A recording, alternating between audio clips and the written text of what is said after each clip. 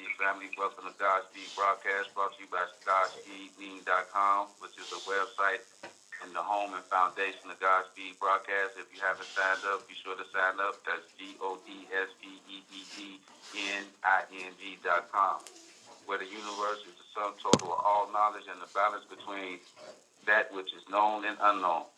So, you want to go on that Godspeed journey, or you feeling like you're waking up, or things are happening around you a little strange, but you have no one to talk to or no source to get it out, please go there. And tonight's show is called Chaz, Deity to Christ, Pangaea Rings, The Art of Supreme Love, which is a new segment of Godspeed Broadcast. And I'm Poemoe, which will be the co-host of this show, which is brought to you every Friday. And if Smith have his day, we'll do it on Saturday. So just remember, if the show don't happen there, we got to just go with the flow, like the way you say. How you doing, Chaz? I'm good. You good? You good? Okay. So tonight's show is The Art of Supreme Love. Can you if you want to just dive in a little bit on that? Just brief up, and then I'll take it over for that for a second.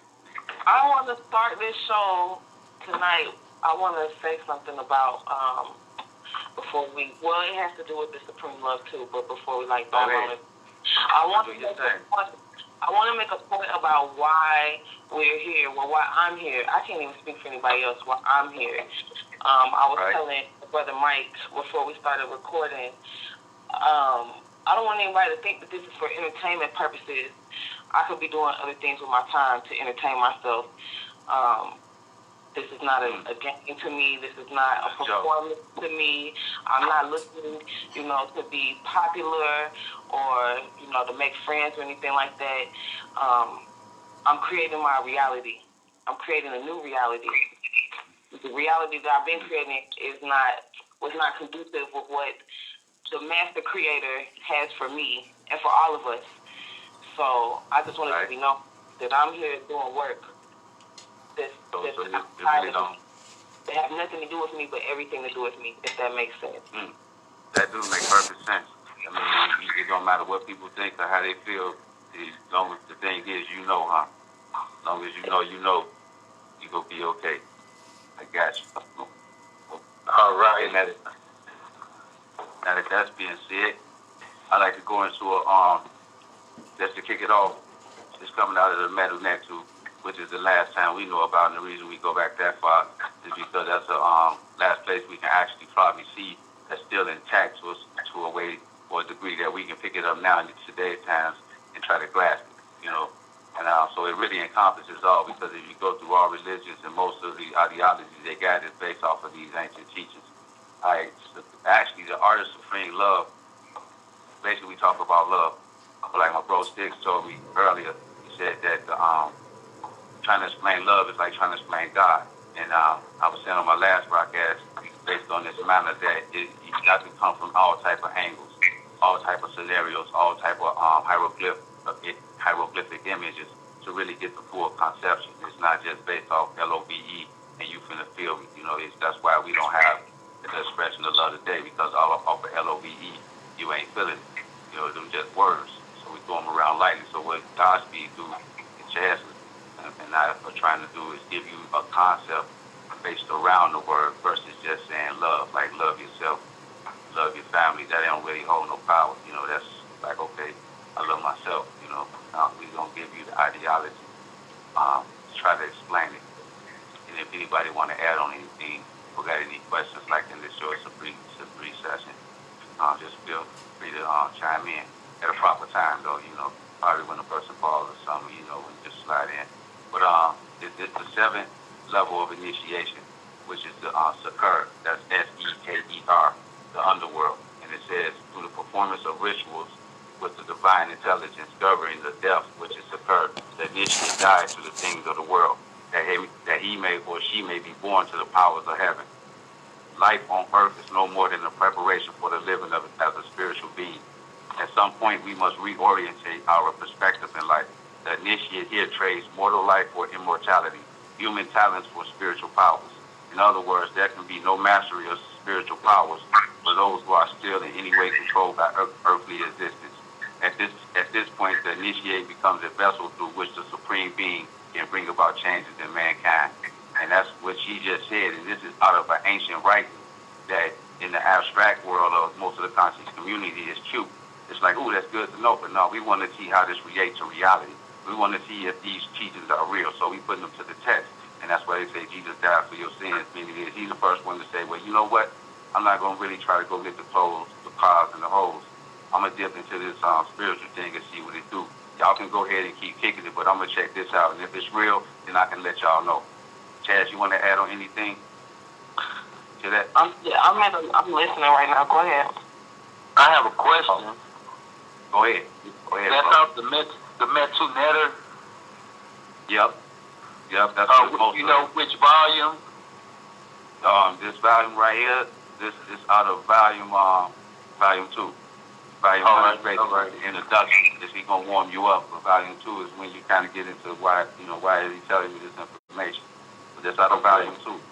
And when you read it, you got to put it in today's times. And I use that scenario to describe love is because if you're locked into material things, if you're based off into your ego and basing yourself what you have and what you don't have based off what the Matrix tell you at this point in your life you should have, then you're going to lose love. You don't have love because you're holding on. And if you're holding on to material objects, we're going to be taken. If you're holding on to materiality, you're never going to have it. You can follow me. So by letting that go. When you let it all go, you open yourself up to receive so much more than what you've been holding on to when you let it all go. Okay. Right, and in that you find love because nothing can really affect you. Nothing. How can they get in when you don't have no entry point? How can they get in? They can easily play games with your whip. They can easily play games with your wife or your kids or your people. But how can they get in when they have no entry point? Therefore, you're not feeding into illusions. Like I said last night, there was a shorty and he was in car and he was with his mom and he was writing a story. And he said, Mom, can you read my story? Can you read my story? And she was too busy on the phone talking. And she was saying, now when I got off the phone, so she waited. And then he said, can you read it? She was just busy running her mouth about something else or somebody else. So in that, he said, well, I'm going to have a happy birthday. He thought about his birthday. So he was searching for something to make him happy because in that psychologically, his mama was making him sad. So he said, Mom, and my birthday, it's going to be fun. She said, no, it's supposed to rain on your birthday. He like, see how she just crushed his hope due to the fact that she's not aware of letting everything go. The fact that she was locked into the Matrix and everything these females was talking about was worldly shit. So she was mentally locked into the Matrix by looking at the aspect that her son got a gift from God and he trying to express it with you and you supposed to nurture it in you, but you find you so locked into this Matrix that you told him not now. So now in his gift, when he get older, he's going to come to a point where he can pick up the writing so he can pick up the gun. And since his mother had no love for self, she never encouraged the writing, so he gonna choose the gun. Then she gonna say, what happened to my son? Not knowing she the one did it because she is not aware of the love, bliss stuff or shit that she's doing. You see what I'm saying? But by letting all that go, she would have said, hold on, what's most important? My son, because everybody know right from wrong naturally. We don't gotta play those games. So naturally the right thing to do is turn around and say and read it, just to inspire him to keep going. Because the stuff that she's entertaining her mind with at the particular time is not that important. It's always going to be there. So she just, and I'm using these aspects and scenarios to try to describe the art of love. So, Paul, I want to interject something that have to do with like something I was listening to, that recording I listened to last night about Supreme Love, and it have to do with their story. It all ties in. So he was saying, I don't even remember if that was where I heard it, but anyways, I was listening to something about how God or the Creator, the ultimate Creator, has given us the ability to manifest all these situations, people, places, things into our lives. And when we're wanting them, we have so much, anticipation about it, and we're so excited about it. For instance, a mother when she's pregnant with her child. You're so excited about it and you have so much anticipation about it. And then your child comes into this world. You get your gift, whatever your gift is. If you want a new Maybach or a new house, whatever your gift is that you want. And then when it's granted, when what you wanted is granted, then you lose the appreciation for it. And you forget about, the creator that brought this manifestation to you. I think that's why our love is being lost. I guess is the appreciation for the whole what takes place for these things to even come into existence. We've lost touch with the essence, with the source. We've lost touch with that. We can't know and understand ourselves and our God because we've lost touch. I guess is what I'm getting at with the whole process of what has to come together for us to get little things, for the fucking water to run down your drain, for you to flush your toilet. It's a whole process that takes place, and we all need each other for these things to take place. For some reason, we've come to a point where we think we're doing this shit, by ourselves.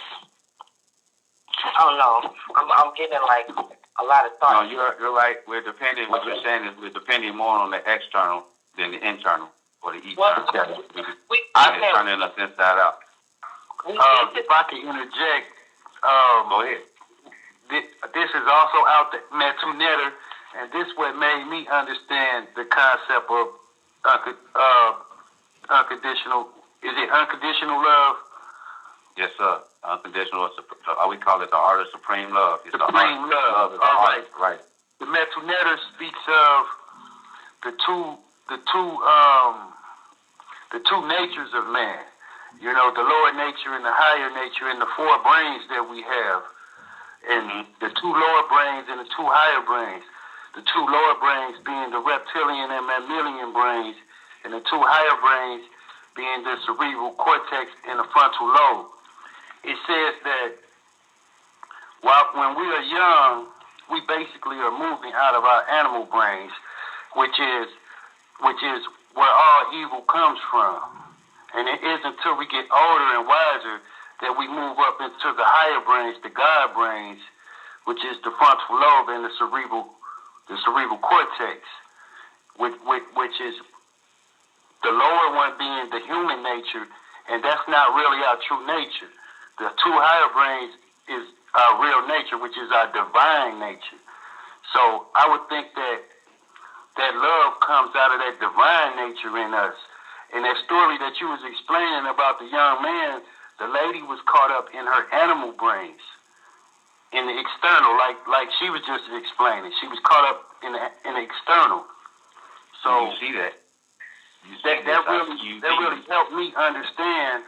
Like, it broke it down for me. Like, we have two natures, the human nature, and then we have our true nature, which is our divine nature. It isn't until we get into the divine nature. Part of the unconditional love is we have to accept that part of ourselves as well. If we're going to, progress, we have to, come to terms with we're made up of these instincts that, you don't have to fight them, though. We have to accept these things about ourselves. God made us this way perfectly, for us to learn how to become more divine. So if you're fighting with yourself all the time, you're not going to move forward. You have to accept that about yourself in order to let go. Yes, let go. With the seven spirits occur, let go. Let it all go. You live in this world, be in this world, but not of this world. You have to die to the things of the world, the greatest spiritual power. And when you do it, you will see it. So this is not just a concept where you have to use your imagination. You will actually see revelation. Spiritual power is called what they call revelation. And to go on to what you were saying, she was locked into her animal nature. And that's why they say in the Metu Netter, due to you being not going out of that animal nature, so at a certain point in your life, you become crystallized into that. So that means after that certain point, when you're supposed to change, if you don't, you become crystallized, meaning it's harder for you to actually change. And they have a science out here for us, and I call it Peter Pan. We think a lot of this stuff going on around us is actually a war against us, but it's the actual science halting that growth when they're supposed to flip from the animal nature, which is the younger adolescence age, to the higher nature. And as you see that our parents are really grown kids. If you really look deep into a lot of these things going on, and a lot of these parents now are really grown kids. Because what they say, it's hard to find people that really act like mature adults. And a man find a woman, hopefully she's mature, and a woman find a man, hopefully he's mature. That shouldn't be a hope. That should be a given. Right. I think it's a science. It's It a man to breathe the love. I was just watching something before I came on here. This goes back to from creation. We were created from vibration, from tuning into frequencies and whatnot. And the more you study, the more you learn about, tuning yourself into a certain frequency. And what happened to our parents and to our peers and to us for a period of time is we were programmed into seeing one perception, a bunch of lies. That's what this show started off, transforming their lies into your truth. Exactly. So that's what we're doing tonight. So people have been programmed with a lot of lies, and that's what we're here for tonight, to get back to the truth and supreme love. So. And like she said, this ain't a joke. Like it's not for entertainment purposes only. This is real. Or she wouldn't be here, or I wouldn't be here. Or my man wouldn't be here. But this is real. And it's something that we see, and due to us skipping over the program, we're here to tell you what it's like, because you're going to get to this point. See, whether you have so much hate in your heart, no matter how old you get, at about 70 or 60, they start coming back. But why would you want to wait till you get that old to start expressing the love that you should be expressing while you was younger? And that's the old man science. Do it now. The old man get up early in the morning, and he love the birds. He appreciating the air. He love the sun. He got his cane, and all he want to do is walk and enjoy the peace. But it took him 80 years old to have that type of love when he on his way out. Imagine the power if he would have gave himself at 30 years old all that time to harness that energy and then walk with it. He probably would have went into age regression. But that's the key. That's why they pound on us so hard with the technology, especially the black man and the black woman, is because once you wake up, you're going to show them things that they never think that was possible, but they heard. And they call them miracles. We call it our natural ability. So in saying that, what she was saying earlier is pertaining to not just the little things in life. If brothers ever went to the joint or ever been to the penitentiary, in there, that just sitting there not doing nothing all day, and you ain't got no drugs, no external bullshit, you find God and you find peace, because you're going to enjoy the air, you're going to enjoy the bird, you're going to enjoy a book, you're going to enjoy a letter. And what happens is that lines you back up, but it's forceful line back up. But if you can take that feeling how you was in the joint just to have a cigarette, they call kites, just to have a hit, to be able to hit something on the top, the little weed, all that, just to be able to go outside and smell the fresh air, you become appreciative. But when you get into the world, you overindulge, and then overindulging, you lose the love. Forget about now God. You shining. Yes, sir. Now you forget about God because you were shining. That's why the white girl came to you.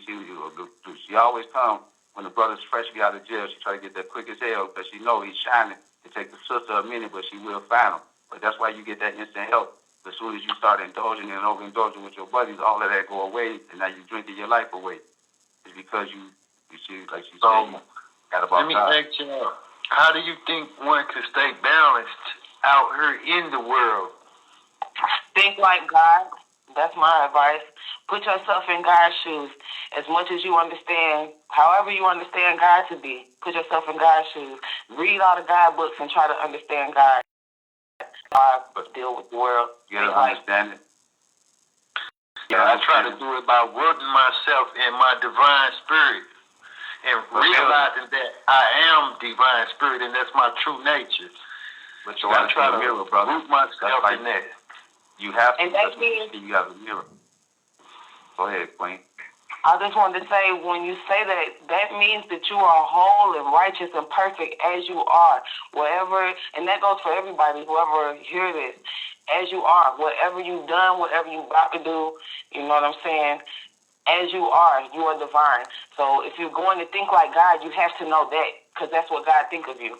You understand? Mm-hmm. And you need a mirror. She is your mirror. You know, this right here is your mirror. That's what you're looking for. That's how you stay grounded. You got to have a source. You do. You need a source. You need to see your thoughts in reality. And we are probably a mirror of that. If you don't have that, you always have doubt. So that's, you've been looking for the mirror, and now you ground yourself with this mirror. It just happened to be us. You see, a lot of people have gone off the form and the physical, like who the hell he think he is, or who the hell she thinks she is.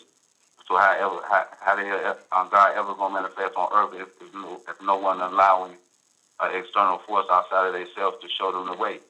Because exactly we better than the next man. You see, God got to do something slick, real slick. So you see, I'm gonna put him in the dirt. I'm gonna put him in the earth right there with his people, just like his people from his people. So we don't got the suit, bow tie, and I don't got a scratchy record. I'm just like y'all. I got a ruthless record. So you see what I'm saying? You can relate. Right. Still shaping still. Right. If you never been through nothing, how can you feel pain? If you never feel pain, how can you create love? Yeah, I think it's important. And then another, like what we were speaking on before we got on is how we're going through this consciousness shift. And I think quite a few of us are going through it. And it can get kind of lonely out here when you amongst the walking dead. And it's very far and few in between where you run into. I want to encourage to shift your point of attraction, because this is something else that people need to be made aware of, especially black folks, that while we do have a God and a creator, our God and creator gave us a free will to think and create our reality off of our thoughts and what we entertain with our emotions and our energy.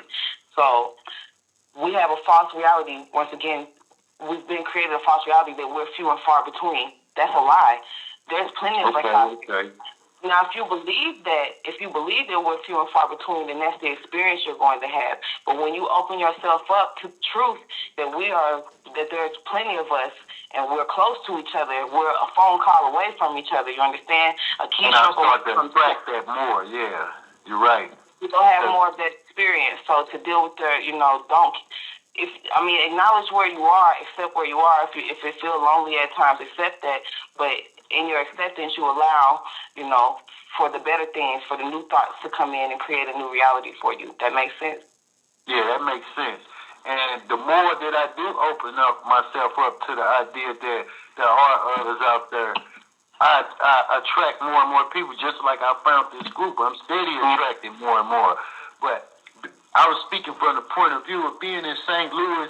We got a lot going on here right now. I mean, a lot of serious negativity, and everybody in the streets is feeling it right now. And, I think people we begging for a change. Mm-hmm. We need to change. We need to change bad. And, it's been some serious crimes. It's no love. It's not a coincidence that this is on Supreme Love, because what we feeling here is where's the love at? Kids getting killed, women getting killed, and it's overwhelming right now. So I was kind of speaking from that point of view. But like you said, you can it's whichever reality that you want to accept. Be in this world, but not of this world. You be in this world, but not of it. Become the observer. And I understand what you're saying, man, because it's kids killing each other, and it's no love. And the depression comes from an atmosphere of no love. It's not really you depressed, you just feeling your atmosphere. If you ever go around a prosperous neighborhood, the air fresher, the sunshine a little bit brighter. Why? Because these people don't have no worries. These people got, synthetic love, which is, I got money, that's why I'll pick up a piece of paper. But if they did have money, they was in the trenches, but they still pick up that piece of paper. And why brothers don't speak. If you go outside and you see a brother walking, if you say what's up, he say what's up to you, it's a different vibe versus neither one of y'all speaking. Or if you say what's up and you don't say nothing. And that's a darker vibe. And this interaction with each other on a regular basis produces a mist. And that mist is a dark mist. And in your third eye, you can see it. That's a gray area. Meaning gray, dark, it's not a vibrant, colorful place to be or live. And what we doing is producing with that son who's in the back seat of that car is Chirac, or in the city with these brothers right now killing each other as we speak. That's what produces that. That's why why it's of the utmost importance that we do this work within ourselves. We can't change our communities. We can't change our world. We can't change what we're seeing and feeling and what we think is our reality right now. We can't change it if we don't change what we perceive as to be true in our own, hearts and minds. If we don't change ourselves, the world's not changing. And that's the key. Hey, We can't because the problem has become so big that God is forcing us to change ourselves. Don't worry about the external. Because you get so many directions, where we going to start? They got so many plans and manipulations and stipulations going on with our community just off jump. We got to just go into yourself and each one teach one. And I think it's the 100-month effect that we don't realize we have the ability to do that each one of us going to ourselves, we go out into other people. If y'all understand what I'm saying, that the journey ain't without, it's within to reach the people, because we all want subconscious under the metal necklace. So if we all want subconscious, and we try to raise the vibration. Once the higher we raise it within ourselves, the higher it's raised within other people. Because if you notice, just not alone. There's been people praying and vibrating high for centuries, so that we could come together and have this conversation now. You know what I'm saying? I didn't come to this conversation without reading books and listening to lectures and listening to other people who took the time to vibrate higher and create a collective consciousness that I was able to tap into, that you're able to tap into, that Brother Mark is able to tap into, to bring us here right now to have this conversation. So it's very powerful, and this is how we change the world. I appreciate you, Queen, for correcting me on that too, because perception is that's very important, and our words are very strong. So I need to more often speak this thing into existence. And have no fear. Have no fear, because believe me, things gonna come up to try to scare you. That's what we need, faith, and to know that there's a creative force behind us that's backing us up. They have no fear of nothing, of none of their laws, of nothing. That's the first thing I always want to say, but nothing. Have no fear of anything, because when you're tapping into natural laws, you're taking control of your knowledge and understanding of natural laws, and when you do that, you create a force field around you to where, you can't be harmed. It might seem like you're being harmed, but it's all working to your good. So have no fear.